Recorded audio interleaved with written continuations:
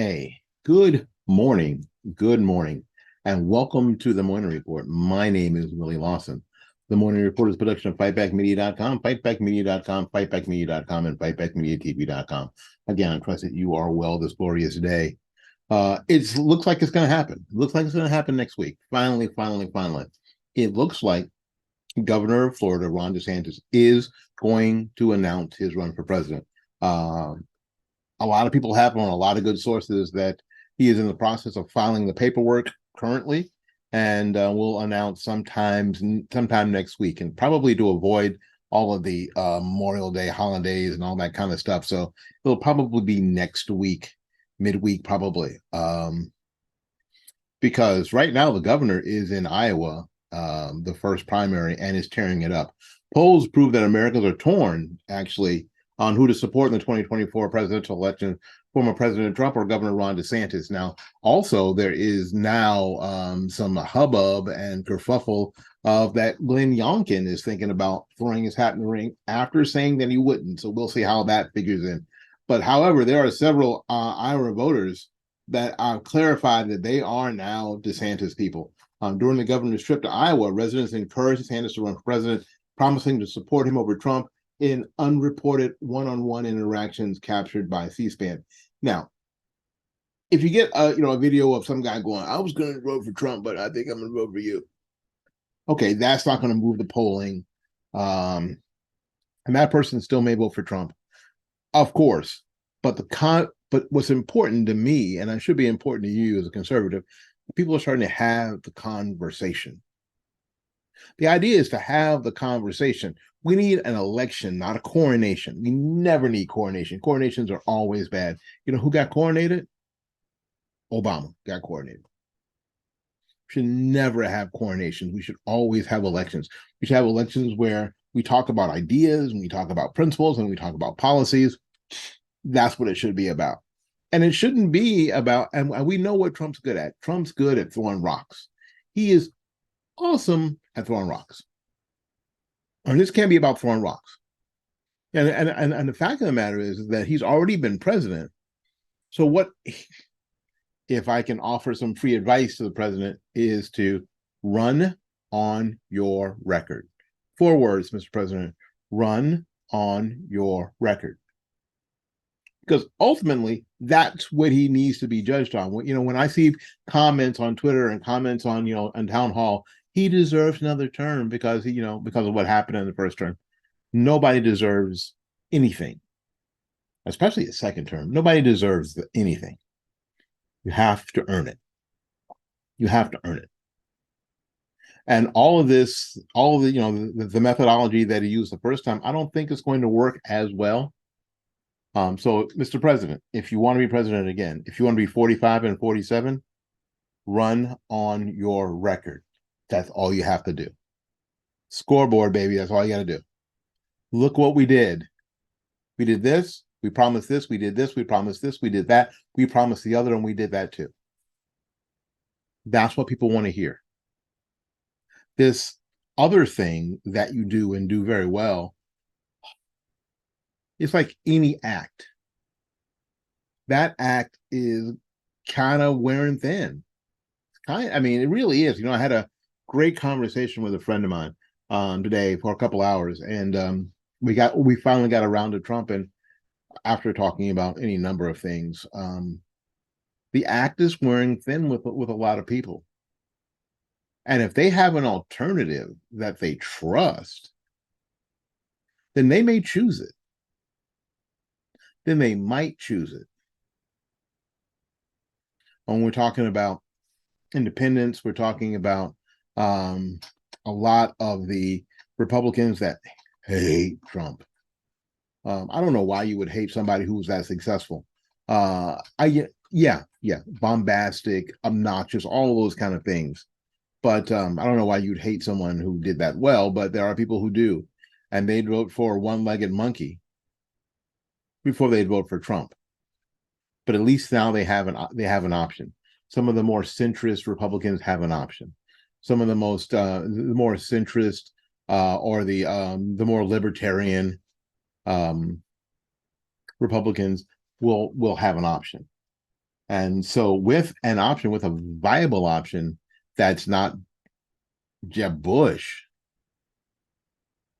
who also, by the way, was a pretty successful governor here in Florida, he might have to change. Mr. President, you might have to do something that you don't want to do. You might have to change your approach. You might.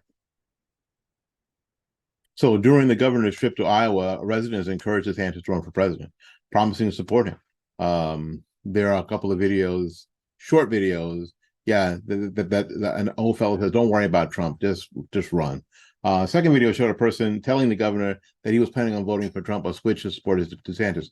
Trump, who has several high-profile backers in Iowa, including his former acting Attorney General Matthew Whitaker and former Representative Rod Bloom, Republican from Iowa, appeared to be taking a hit after DeSantis appealed to voters following the former president's absence in the state due to, quote, severe weather. You know, DeSantis ain't scared of weather. Now, I saw the weather report and there was a tornado warning. There was, but the people showed up, so he showed up too.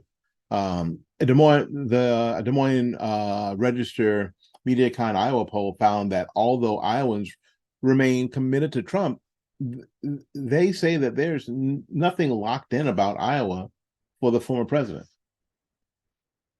And I think that that's what the president and a lot of his supporters have to keep thinking in the back of their head. Because nobody is owed this. Nobody deserves it.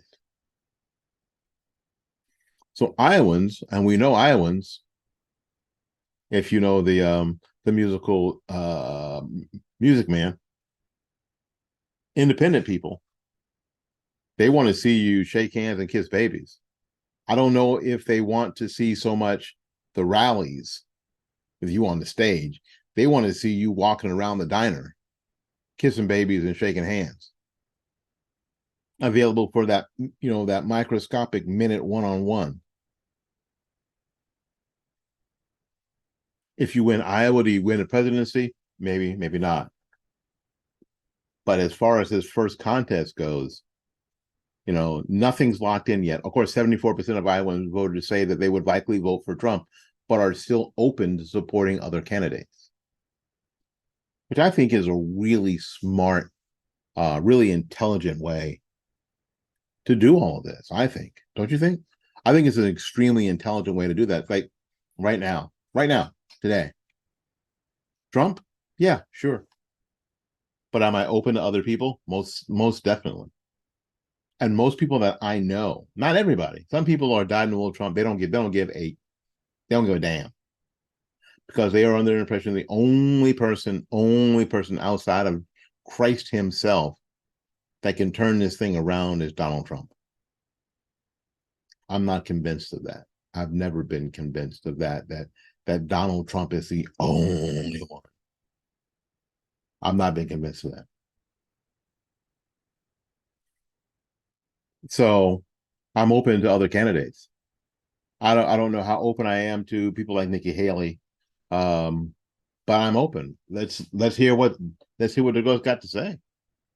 Let's see what you got to say. And Ramaswamy says a lot of the right things, but let's hear what you got to say. And I think that conservatives should be that kind of voter. This idea that we have already thrown in our lot with this person and we keep saying things like they deserve it. That's not conservatism. That's not even Republicanism. That's being a sycophant. And what I'm not is a sycophant. I mean, I've told this story a thousand times. I'll tell it one more time. During the Florida primary in 2016, there were 3 Republican votes in my house, 2 for Marco Rubio and 1 for Ted Cruz. Now, in the general election, there were 3 votes all for Donald Trump. And that may be the situation again. This time there may be, 3 votes for Ron DeSantis, and then later 3 votes for Donald Trump. But do not And this is what I think the president is bordering on. Do not take my vote for granted. Because frankly, Black conservatives have been dealing with people taking their vote for granted for a long time. And the reason that they switch parties and they are now open with their ideology is that I'm pretty tired of being taken for granted. I'm pretty tired of people saying, "Oh, because you're this, then you're going to vote for me, and I don't have to really worry about you. I don't have to address your concerns." Because who else are you going to vote for?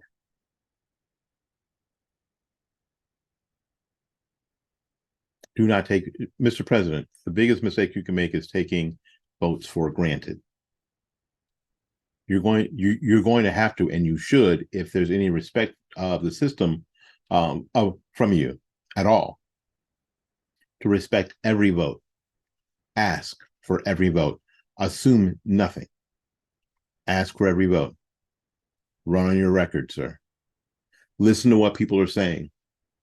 If people are being put off by certain things, maybe you should make that adjustment. Maybe you should make that adjustment for the greater good. Just saying. Just saying, sir. Where am I now? Right now, I'm going to wait and see, because right now there's not a DeSantis to support or for president, or let alone a DeSantis to vote for. When that happens, maybe things change. Maybe. We're going to find out. All right, listen, y'all have a great Friday. Again, my name is Willie Lawson. This has been the Morning Report for May 19th, 2023, in the year of our Lord. Until we see you again, go out there and learn something, love somebody, and for goodness sakes, y'all take care of yourself. We will see you when we see you. Bye-bye now.